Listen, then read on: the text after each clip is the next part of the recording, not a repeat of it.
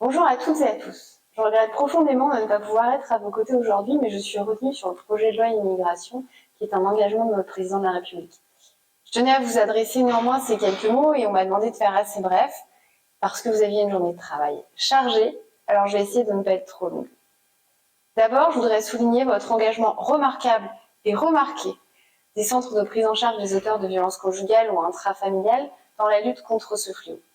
Je suis convaincue, autant que vous, que nous ne pouvons pas traiter ce sujet en négligeant notre accompagnement et la prise en charge des auteurs. Alors un grand merci pour votre engagement précieux et que je sais solide. Le sujet du traitement judiciaire des violences intrafamiliales n'a jamais été aussi prégnant.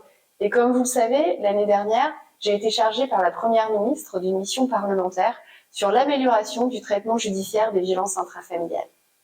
Cette mission partait d'un constat clair. Malgré les avancées permises, notamment grâce au Grenelle de 2019, il restait beaucoup à faire.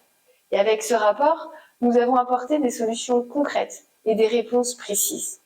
Après 6 mois de mission et 300 auditions, voire même plus, cette mission a abouti à la publication du plan rouge vif, dont je suis particulièrement fière, évidemment, et 59 recommandations reprises en grande partie par le gouvernement visant à améliorer le traitement judiciaire des violences intrafamiliales dans leur approche globale et dans le traitement concret pour protéger toutes les victimes, qu'il s'agisse des victimes adultes ou des enfants. On a notamment demandé la création des pôles violences intrafamiliales au sein de chaque juridiction sur l'ensemble du territoire.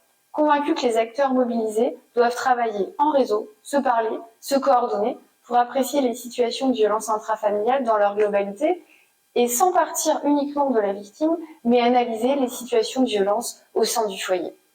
Il est urgent que le civil, le pénal et le juge aux affaires familiales travaillent de concert et partagent l'ensemble des éléments sur la situation des foyers pour statuer objectivement et sévèrement sur une situation de violence qui pourrait être déterminée, in fine, apporter la réponse la plus appropriée.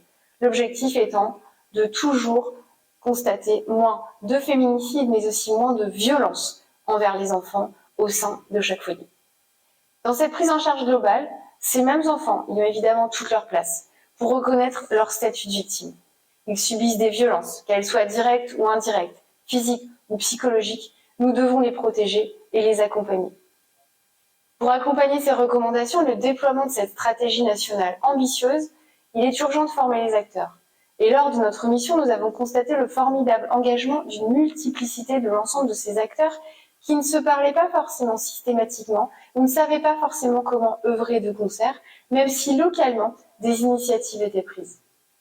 Avocats, forces de l'ordre, associations, travailleurs sociaux, élus locaux, l'ensemble des acteurs concernés de près ou de loin doivent être mieux formés et faire face ensemble au fléau des violences intrafamiliales. De plus en plus d'études et de chercheurs étudient le sujet, et je pense notamment à celui du contrôle coercitif. J'ai eu l'occasion de m'entretenir avec plusieurs d'entre eux, notamment Madame Roy, présente aujourd'hui. Appuyons-nous sur ces chercheurs afin d'optimiser notre approche globale sur le sujet. De manière plus générale, j'en suis convaincue, chaque citoyenne, chaque citoyen doit s'emparer et pouvoir s'emparer du sujet et savoir agir face à une situation de violence intrafamiliale constatée. Et rappelons-le, la situation de conflit n'est pas nécessairement la situation de violence. C'est par la formation et par la sensibilisation que nous y arriverons. Enfin, l'un des grands axes de ce rapport est évidemment la prise en charge des auteurs, un de mes combats. Et afin d'amplifier notre action et améliorer notre modèle français, nous souhaitons homogénéiser le contenu des programmes de prise en charge des auteurs de violences intrafamiliales au niveau national en se basant sur les bonnes pratiques observées. Les caractéristiques des auteurs étant très variées, le contenu et l'intensité des programmes s'adressant aux auteurs de violences conjugales doivent être conçus au plus proche des besoins de terrain et aux besoins de chacun.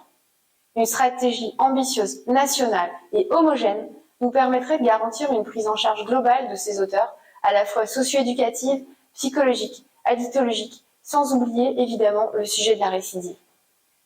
Les violences intrafamiliales ne sont pas une fatalité.